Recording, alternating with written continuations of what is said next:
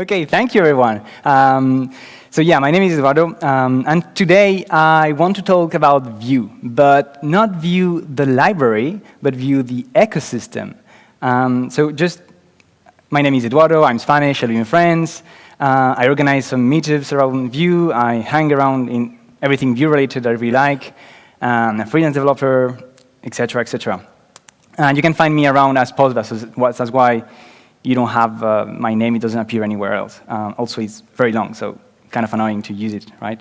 And I started using Vue some years ago already, and when I started using it, it was more of a library. It was alone. So it started as a library, but if it has become what it has become, is not only because it's a great library, but also because there is a whole great ecosystem around it. And that if you want to build, bothers me a bit. If you want to build a single-page application and you need some routing, well, you don't have any question to ask yourself, you just use Vue Router. If you have a lot of data around your application and you need to use it in the different components, you don't have to ask yourself any question, you use Vuex. If you have a bug and you need help debugging something, you use Vue DevTools. And so on, you can keep going. If you are testing components, you use Vue test utils. And the list goes on. So if you are, for example, using VS Code and you want to have auto-completion and other great features, you use Viter. And if you want to scaffold a project, you use the Vue CLI. Now, all these libraries have something in common. All of them are related to Vue, of course, but there is something bigger than that. They are all built by the same people, by the same team. They are all official solutions, and they get more exposure than any other solution that is not official. And while these may look like something not important, not as much important as you may think, it does make a big difference, because when you think about other ecosystems that are more fragmented and offers a lot of things you can think about, it has a lot of benefits. I won't deny that. You can choose different paradigms on programming. But because the community is more fragmented, they contribute to different things. And because in Vue, the community is always using the same packages, they contribute, they report bugs, they want to choose some feature requests for the next versions, always into the same group of libraries, which are official. So everybody benefits from that. And I think that's a great advantage on Vue. OK, enough about that. Let's dive a bit into the code. So starting with something very simple. It's very easy to get started with Vue, as most of you may know. So you just add a script at the top. That's a CDN link. Then you add your HTML, as usual. And you have some extra binding that we'll talk about a bit later. And then you just create a new view in the JavaScript, and this will make things work a bit magically, but not exactly. And the thing is, this is, in my opinion, what makes Vue so great. It's extremely approachable. It's super easy to get started with. It's so simple. You just use a index.html page, and you add things on it, and you start coding. You start creating your application, your proof of concept, your MVP, whatever you want. And so that's great. That's what keeps people, not what keeps people, but what attracts people, right? This is easy. It's easy to attract people when you have something simple, something very easy to use. When it takes you no more than 10 minutes to get started, it's really easy to say to someone, hey, let's try out Vue, because it just takes 10 minutes of your life. What is that, right? But there are other things that we can go on afterwards. For example, it has a convenient format. Now, you either love it or you hate it, to be honest. So the Vue format, what we call the Vue format, is basically HTML. It has three parts, an HTML, a JavaScript part, and a CSS. And what you do is you unite them all into one single file to represent a component. Now, I think in 2018, we don't need to talk again about components, because everybody admits how necessary components are, and that's the direction the web is going forward. But we're quite not done yet with the simplicity of Vue. And actually, Vue files is something we'll talk about later. It's not quite the thing you start using right at the beginning. But what makes Vue really great, and what has the wow effect, as we call it, is the declarative and reactivity system we have in Vue. That is very, very easy to set up. And I know this is present in more or less every single framework out there, but it's extremely simple with Vue. Like, it really shines out of the pack. And this is because Vue allows you to manipulate the data as you usually do. And I think it's important to take a look back to what Vue is doing here. And actually, we could replace the Vue instance by any other framework. It will work the same way. But what we do is we have the state, which is a JavaScript object in the case of Vue, and we map that with declarativity in case of Vue with templates or JSX if you want. In other frameworks, that would be JSX or templates, depending. And that will define how the view looks like at any moment, depending on the state. Now, in the view, you usually have some buttons, some inputs, things you can click on. So when the user interacts with the view, you modify the state, usually in some functions. Like, for example, in the to-do app, you add a new to-do, or you suppress a to-do. And Vue stands there in the middle, handling, making sure that the state is in sync, or rather the HTML is in sync with the state at every single moment, and making sure that the event listeners are set up correctly and that you can do anything you want on the page. You can change any way you want the state. And who thinks this is extremely simple? Like, what the hell are you talking to me, right? This is normal. But it wasn't that far ago that with some frameworks or some libraries, we had to think about so many things, and we forget about that. And I don't want to point in any direction, but when you do jQuery, well, you have a piece of state there, you have a piece of state over there, and you have to, when you click here, you modify the state, but wait, there is also this part here in all the application that depends on the state, so you have to update that again. And it was an extremely painful experience to develop front-end application with jQuery. Of course, it wasn't meant to be used that way, but it was used that way for some time, and it's still used that way in some applications. And the reason it wasn't working well is because we're not declarative with jQuery. We have an event-driven user interface and not a declarative interface. Now, in Vue, the declarative system is actually quite simple. You have what we call directives. They all start with v dash, so we have v-if, v-else. And you also have interpolation. That's the double curly braces you can see there. But under the hood, this is just JavaScript as well. Now, I see less and less, and I'm happy about that. This completely dumb discussion about, no, this is not just JavaScript. JSX is just JavaScript. JSX is just a DLSL, domain-specific language, as Vue templates.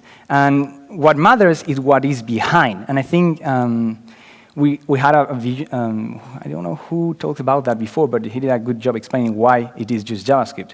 And it is just JavaScript because it translates into something that is just using virtual DOM. And that's the actual important part there, virtual DOM.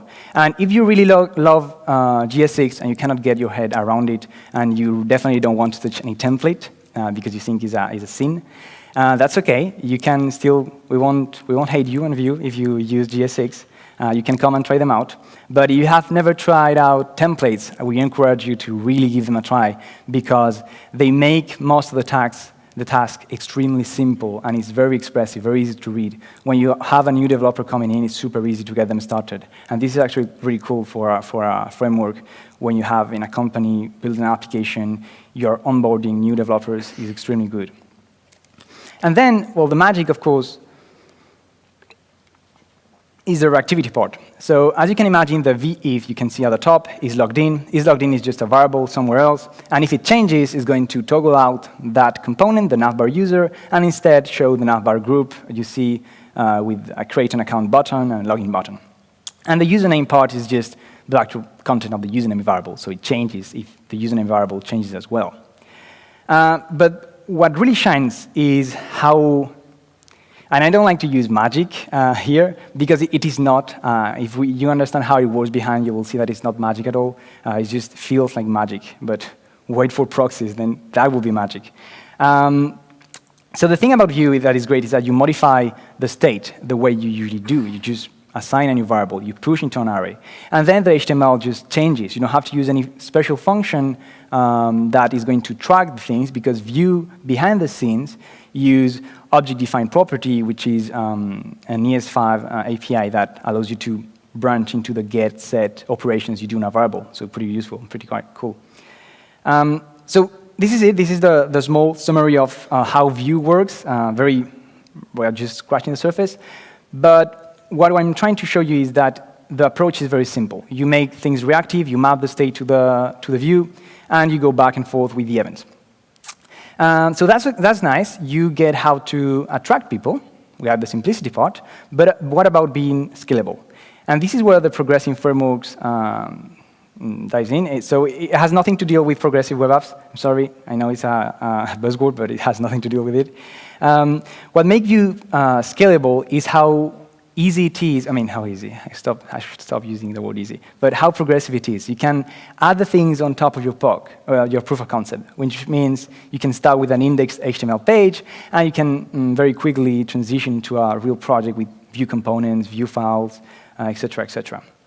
So usually you start your application using the declarative system, because that's what makes the development a pleasure, to being able to map the state to whatever you want on the view, what we call declarative rendering. Then you may happen to split the components so you can reuse some parts of your applications and have some Legos going on there.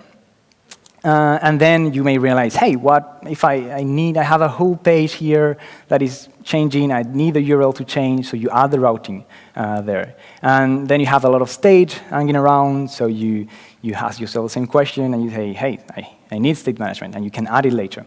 And you can also later go and say, I need to do a real project, so basically use Webpack and Babel nowadays, because otherwise nobody's going to take you seriously. And once you have that, you have a real project working, a project that scales, as we call it. But the interesting thing here is all the layers you can see, they can change positions, which means you don't have to use you to add the build system at the end. You can add it right at the beginning if you want. The client-side routing doesn't have to be there. If you don't need routing, you don't add a client-side routing. You don't have to force yourself. State management, the same thing. You don't always need state management. And the thing is, you can even create simpler solutions very easily with Vue because of its declarative nature to overcome these libraries and not having all the codes that they do add to your project before actually adding them when you really need them, like when you really need the state management, when you really need the client-side routing. So for example, myself, I prefer starting a MVP or a proof of concept using some Vue components because I really like the syntax. So I start by using a software, a CLI called Poi. So it's created by Egoist. It's another core team member that creates a lot of stuff. And I think it also works with React. I think it doesn't work with Angular, but it does work with React out of the box as well. And the good part is that you just get a command, Poi, and you just launch Poi into your component, and it runs up a server with hot reload and all the goodies you expect nowadays from a real project, right? So just give it a try if you are starting with Vue components. OK, so we know how to build an application with Vue in an MVP fashion. But at some point, you tell yourself, hey, I want to add some routing. And before that, you usually ask yourself, do I need routing? Now, the question is usually easy to answer, especially if you need a URL to change. If you need a URL to change, well, of course, you need routing. There is no question to add. But sometimes, if you have this completely unrealistic case about 10 components that you have in VLs, you may actually switch to lighter solutions than VueRouter. You don't want to add VueRouter because you don't care about the URL, for example, but you feel that you're doing something dirty. You feel bad about yourself. You know that your future self is behind you, like insulting you, like, what the fuck, you're giving to me there. In the future, I'm going to regret that, etc., etc. So can we make this easier without adding VueRouter? Of course we can. We can do simple routing using dynamic components. So the dynamic component is what you see right on the left. That component tag with a vbind is. So vbind is a directive in Vue that makes an attribute reactive, which means every time current Vue changes, it's going to adapt a variable and make sure it gets updated. And the current Vue variable comes from the right. As you can see in the data part, you have current Vue home. So here what we have is just a component that is going to be a dynamic page. I mean, it's going to be the component home from the top right there, or the component about, depending on what the current view variable is. And it's automatic. There is nothing else to add. This is just simple routing without URL mapping. Now, if you need URL mapping, but you don't want to go with VueRouter, although I wouldn't know why, you can do it. So for example, you can say, let me scroll there. You could say, I have a current route, so that will be the URI, whatever happens after the host. That is the actual path name that you are on right now. So for example, window.location path name when the application starts up. And then you have a computer property, which is a very, very nice feature that Sebastian already talked about, so I'm not going to repeat it, but allows you to keep something updated based on other variables, so like derived state in Mobix, actually. And this is just going to return routes, which is a dictionary containing the association between the route and the actual component, using the actual route we are on. And if it doesn't found anything, it's going to return a component called not found. And if we look back up, we can see that dictionary with the two routes. After that, if we want to keep in sync the URL with whatever page we're on, we have to use something like the history HTML5 API, which is this push state when you pass an object with a state, a name, I think it was, or a key for the state. I'm not sure about that. And then the actual path you want to render at the end of the URL. And so that will make the page actually show a different URL. And because on the HTML, we are actually showing another dynamic component, which is exactly the same as before, except this time is not taking a string, but rather the component itself, which is also possible for the is attribute, is going to render the actual component. And on the links, I don't know if you can see it, but there's something wrong with my links. So I intentionally added the href to whatever place I'm going, so slash or slash about. And then I have an on-click go-to. Now, if I click on the link, what will happen is that the page will reload, of course. And in Vue, you have an extremely simple feature that helps you go faster when you develop. They're called event modifiers. So it's just something you add with a dot after the event. And for example, if you add .prevent after the on-click listener, well, you are just calling prevent default in the event. Now, I don't know how many times, but for me, it was almost every single time I used jQuery with events, I had to do prevent default. For forms, you always have to do in a single page application, and every single link you have to do it, or usually if you use them as a button, et cetera, et cetera. And what I do is I just call the function goTo to actually change the URL, change the component as well, and make things work correctly. And you can even go further if you want, by adding things to the Vue prototype. Now, if you add something to the Vue prototype, and this is a very nice trick when you're building something small and you're still not in the large-scale project scenario, you can add things to the prototype and they will appear in every single component, because every single component in Vue is a Vue instance. So it works pretty nicely. Now, make sure not to use an arrow function, though, because if you use an arrow function, you won't be able to use the context of the variable this. It won't be the same. As you can imagine, it will probably be window or null if you're using a Webpack or anything else. And so I just moved the function goTo to the prototype of Vue so I can use it anywhere I want. And also, I named it with $, because that's a convention we usually use for variables and methods we add as plugins, so it doesn't interfere with local state or local functions. So what is the path? When you have this, what do you do to migrate to actual VueRouter? Because at some point, if you're building your proof of concept, your MVP, you want to migrate to VueRouter. The path is not that hard, actually. You can imagine you move the components into Vue files. You have the page, we call the page components. Then you create a router instance, and you put the dictionary of routes using the VueRouter syntax. So it has a path and a component, basically. And you inject the router into the root instance. So that's going to make the router accessible from anywhere in your application in every single component, and make it very easy to do programmatic navigation. And sorry, oh, wait, I messed up something. And many other things. I mean, at the end, of course, you probably have to tweak some of the things, like the goTo, you have to change them, the links, you have to use router link, etc. And then you may be asking why you should migrating. So of course, if you need URL mapping, there is probably no question you want to ask yourself, because if you think about browser like Internet Explorer, which have really shitty support from some of the modern APIs, you have no other option that either test everything you develop and you end up basically developing a copy of your router, or just use VueRouter. It also allows you to have navigation walls out of the box, very easy code splitting if you're using Webpack, and it's basically changing one line. I'm not exaggerating at all. And many, many more things. But to be honest, so the question is when should you migrate to VueRouter? And to be honest, as soon as possible. There is so little overhead to use VueRouter that unless you have a very specific size constraint on your POC, or you are very limited on time and you cannot take the time to learn VueRouter, there is very little scenarios when you don't want to use VueRouter because the overhead is extremely small.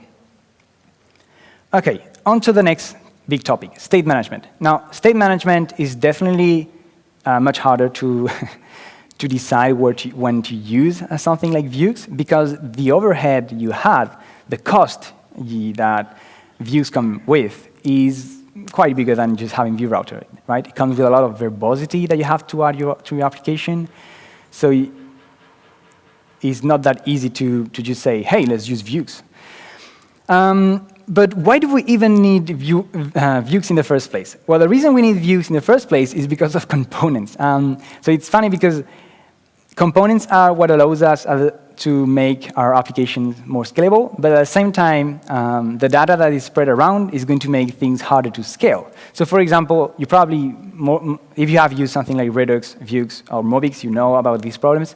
But if you are using the same piece of state in two components, like at the very bottom, the only way to make them share that piece of state is by using props, which means you have to pass a prop from the upper component, the parent.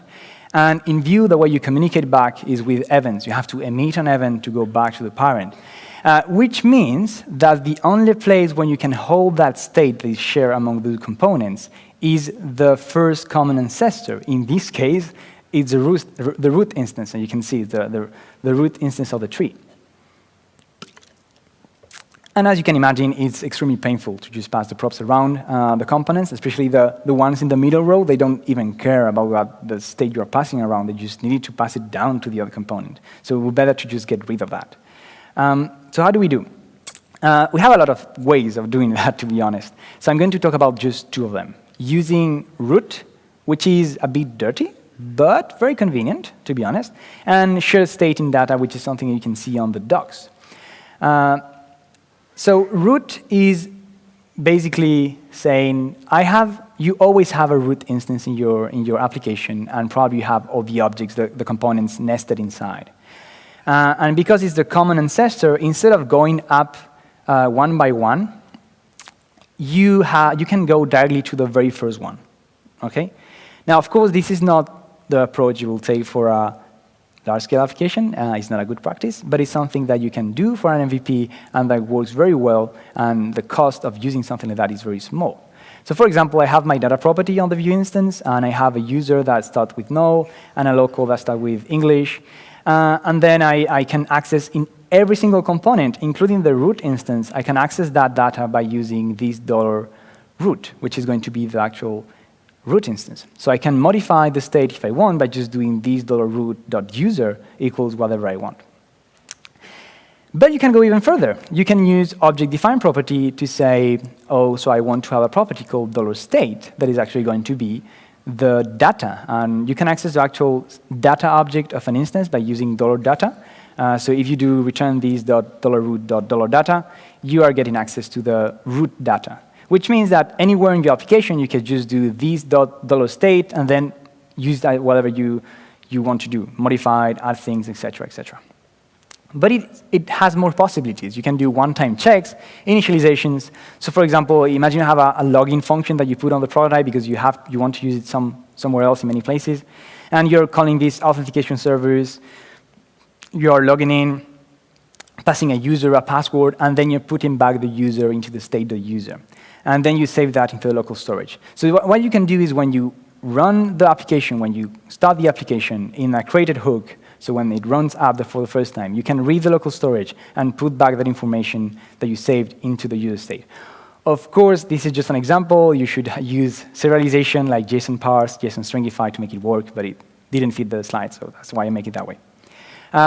Personally, using the root is my personal favorite approach for MVPs and proof of concepts, because it's very easy to stop. If you do it right, so just making sure you don't add things in the middle, it's very easy to know where the data comes from. You don't know where the modifications come from, but that's the cost of having no solution.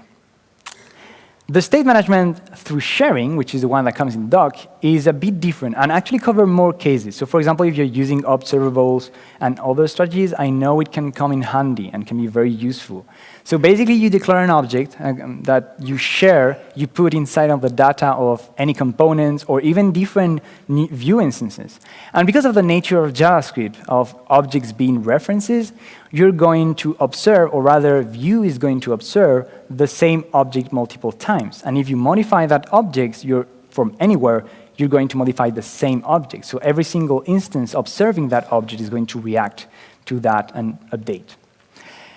Now, the real question, when is it a good time to move to Vues?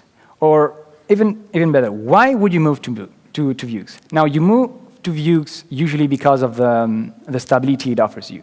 So you have overall better developer experience. So it has more verbosity, that's right, but you get that time traveling, the replay user bugs by just extracting the bug reports from Sentry or whatever the service. You have better traceability. So overall, it really helps to develop. But when?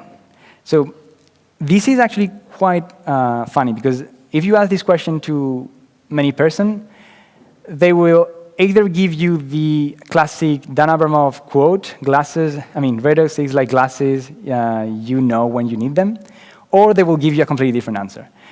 So personally, if I use my method I showed you before, as soon as I get 5 pieces of state that are shared, and I want to keep adding more, I go on and add Vues. I feel more comfortable using it, and it's easier for me. But the true advice is follow your gut. Actually, you feel dirty when you use these kind of solutions. You know that you're not doing something good, and you're adding some technical depth to your project. So you feel something not going on correctly, and it's something in your gut that you say, oh, I have to change this. I have to use something like Vues. And you have to trust that gut, that feeling, because it really pays off. Using something like Vues really pays off at the end. It comes with this verbosity cost, but the concept is not that hard, and it makes the developer experience so much nicer that is extremely good. Now, I want to finish that state management part with Vues. It's simple. So if you remember the slide from before, we only had the state and the view, and we were communicating, creating a full cycle. Now, the only thing we add is the action. So we limit ourselves on purpose about how to modify the state. We want to say that we want to being able to verify who is modifying the state, or rather what is modifying the state. But the rest hasn't changed at all. OK, so migrating to Vues, I'm not going to lie, if you have a lot of state, is a pain. OK, it's hard, because you have to create mutations in case of Vues, which is small functions that modify the state. Very simple to write, but if you have a lot of things to write, it's annoying at the beginning. So you start by creating a store instance. You move your root instance data into the state property. Then you create the mutations to handle all the possible mutations on your state. And you keep going by adding actions, or for one-time things, for example, an init, as I did for the login, and I call it at the very beginning when the application starts. And you can inject, after that, the store in the root instance. You have access to everything. And after that, you have to use the store instead of state. So you have to commit mutations. If you created actions, you have to dispatch the actions. You can also create some getters, which are just computer properties, but in the Vues context. So there is a lot of work to do. And the more you wait for it, the harder it is. So that's why when I get 5 things shared, I usually start migrating to Vues to make things easier, because otherwise having to migrate a state with over 10 properties is just so annoying and so boring. OK, so you know how to build your proof of concept without using any complex solutions. You don't have to worry about learning Vues or Vue router. But what do you do if you want to migrate to, or to rather scale progressively to the single page application? So whatever case you are on, if you used an HTML file or Vue component, is going to change just a bit. But if you have a very big file, like more than 1,000 lines, you probably want to split that a bit before going on, so creating some components, making things a bit easier. Once you have done that, you can scaffold a project using Vue CLI, and you can move all the pieces one by one, making sure things work together. If you had a smaller file, it's completely fine to just scaffold a project and get right into it. OK, so really nice. We know how to build project progressively with Vue, and you feel that you can adapt your applications using simple solutions and not using Vues or Vue router directly. So how do you get started? And this sounds very stupid, but the guide is the place to go. And this is because the guide has been curated with a lot of love and time, so mainly by Evan, the creator of Vue at the beginning. And later on, Chris, another core team member, has taken care of it. And we also have Sarah working on the docs. And recently, there is also Alex, known as Hoodlex, over the internet, working as well for not only the documentation from Vue, but also Vues and other things. And the good news is we have more than 300 contributors, so people who actually help with pull requests to improve the wording, the examples, things that weren't easy enough. And these are just some extra advice to get started. So use the Vue dev tools, embrace the Vue files. They are there for a reason. They are really good. Install Vector if you're using VS Code. Use Poi as soon as you get a hand on Vue components. And check the ecosystem part on the Vue docs. A lot of people miss that, but on the navbar on the right top bar, there is an ecosystem part with a lot of things, like a Discord chat where you can get help, a forum where one of the team members is very, very active, and many others. So I hope you learned something. If you have any question, you can send it on me on Twitter, so just make sure you send it to Posva, because there is no Eduardo San Martin Morote going on Twitter. That's way too long to use it. And thank you for your attention.